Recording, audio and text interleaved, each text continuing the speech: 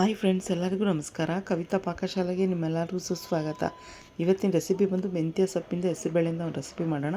ಇಲ್ಲಿ ಪೈಸಸ್ ಎಲ್ಲ ಇದೆ: ಜೀರಿಗೆ, ಮೆಣಸು, ಇಂಗು, ಎಣ್ಣೆ, ಒಂದು ಕಟ್ಟು ಮೆಂತ್ಯ ಸೊಪ್ಪು. ಫ್ರೆಂಡ್ಸ್, ಇದು 6-7 ಸಲ ಚೆನ್ನಾಗಿ ತೊಳೆದಿಟ್ಕೊಂಡಿದ್ದೀನಿ. ಸಣ್ಣದಾಗಿ ಕಟ್ ಮಾಡಿ ನಾಟಿ ಮೆಂತ್ಯ ಸೊಪ್ಪು, ಸ್ವಲ್ಪ ಹೆಸರುಬೇಳೆ, ಮತ್ತು ನೋಡಿ ಇದು ಬೆಳ್ಳುಳ್ಳಿ, ಒಂದೇ ಒಂದು ಟೊಮೆಟೊ, ಈರುಳ್ಳಿ, ಕರಿಬೇವಿನ ಸೊಪ್ಪು. ಇದು ಹೇಗೆ ಮಾಡೋದು ನೋಡ್ಕೊಳ್ಳೋಣ. ಒಂದು ಕುಕ್ಕರಲ್ಲಿ ಫಸ್ಟಿಗೆ ಇದು ಚೆನ್ನಾಗಿ ತೊಳ್ಕೊಂಡು 1-2 ವಿಸಿಲ್ ಕೂಗಿಸ್ಕೊಂಬರೋಣ. ಮೆತ್ತಗೆ ಬೇಯಲಿ. ಇದು ಸ್ವಲ್ಪ ನೀರು ಹಾಕಿ ಸ್ಟವ್ ಆನ್ ಮಾಡಿಬಿಟ್ಬಿಡಿ. ಅದು ಕೂಗಲಿ. ಈ ಕಡೆಗೆ ಎಣ್ಣೆ ಹಾಕ್ಕೊಳ್ತಾ ಇದ್ದೀನಿ ಇನ್ನೊಂದು ಪಾತ್ರೆಯಲ್ಲಿ. ನೀವು ನೋಡ್ತಾ ಇರ್ಬೋದು. ಸಾಸಿವೆ, ಜೀರಿಗೆ ಎರಡೂ ಸಿಡಿಲಿ ಫ್ರೆಂಡ್.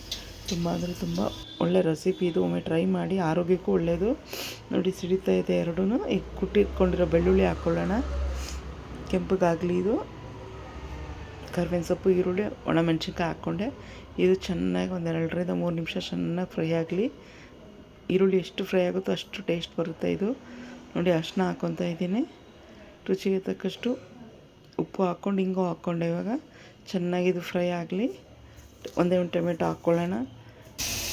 ಟೊಮೆಟೊ, ಮೆಂತ್ಯ ಸೊಪ್ಪೆಲ್ಲ ಇದರಲ್ಲೇ ಫ್ರೈ ಆಗಿಬಿಡುತ್ತೆ. ಕುಕ್ಕರಲ್ಲಿ ಹಾಕೋದು ಬೇಡ. ತುಂಬ ಅಂದರೆ ತುಂಬ ಒಳ್ಳೆ ರೆಸಿಪಿ ಇದು. ಮೆಂತ್ಯ ಸೊಪ್ಪು ಆರೋಗ್ಯಕ್ಕೆ ತುಂಬ ಒಳ್ಳೆಯದು. ದೊಡ್ಡವರಿಂದ ಚಿಕ್ಕವರವರೆಗೂ ತಿಂತಾರೆ. ಈ ಥರ ಮಾಡಿಕೊಡಿ. ಇದೆಲ್ಲದಕ್ಕೂ ಹೊಂದ್ಕೊಳ್ಳುತ್ತೆ. ಅನ್ನಕ್ಕೂ ಕಲ್ಸ್ಕೊಂಡು ತಿನ್ಬೋದು, ರೊಟ್ಟಿಗೆ, ಚಪಾತಿಗೆ, ಎಲ್ಲದಕ್ಕೂ ಚೆನ್ನಾಗಿರುತ್ತೆ. ಜೀರಾ ಪೌಡ್ರು, ಧನಿಯಾ ಪೌಡ್ರು, ಖಾರದ ಪುಡಿ ಹಾಕ್ಕೊತಾ ಇದ್ದೀನಿ. ಖಾರ ಎಷ್ಟು ಬೇಕೋ ಅಷ್ಟು ಹಾಕ್ಕೊಳ್ಳಿ ನೀವು. ನಾನು ಒಣಮೆಣ್ಸಿನ್ಕಾಯಿ ಹಾಕ್ಕೊಂಡಿದ್ದೀನಿ. ಇದೊಂದು ತಟ್ಟೆ ಕ್ಲೋಸ್ ಮಾಡಿ ಬಿಟ್ಬಿಡೋಣ. ಈಗ ಇದ್ರಲ್ಲಿ ಚೆನ್ನಾಗಿ ಬೇಯಲಿ ಇದು.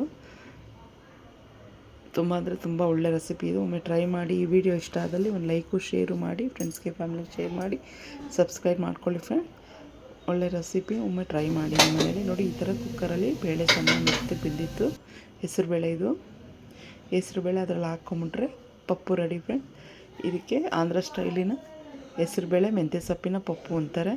ಒಮ್ಮೆ ಟ್ರೈ ಮಾಡಿ. ತುಂಬ ಚೆನ್ನಾಗಿತ್ತಿದು. ತುಂಬ ಟೇಸ್ಟಾಗೂ ಬಂದಿತ್ತು. ರೊಟ್ಟಿ ಜೊತೆ ತುಂಬ ಚೆನ್ನಾಗಿತ್ತು. ನಾನು ಸರ್ವ್ ಮಾಡಿದ್ದೆ. ಸ್ವಲ್ಪ ನೀರು ಹಾಕ್ಕೋಬೇಕಾಗುತ್ತೆ ಈಗ. ಒಂದು 5-6 ನಿಮಿಷ ಚೆನ್ನಾಗಿ ಕುದಿಸ್ಕೊಂಡ್ರೆ ಬಿಸಿ ಬಿಸಿ ಪಪ್ಪು ರೆಡಿ ಫ್ರೆಂಡ್ಸ್. ಮೆಂತ್ಯ ಸೊಪ್ಪಿನ ಪಪ್ಪು ರೆಡಿ. ಒಮ್ಮೆ ಟ್ರೈ ಮಾಡಿ ನಿಮ್ಮ ಮನೇಲಿ. ಮತ್ತೊಂದು ವೀಡಿಯೋದಲ್ಲಿ ಮತ್ತೆ ಸಿಗೋಣ. Bye friends.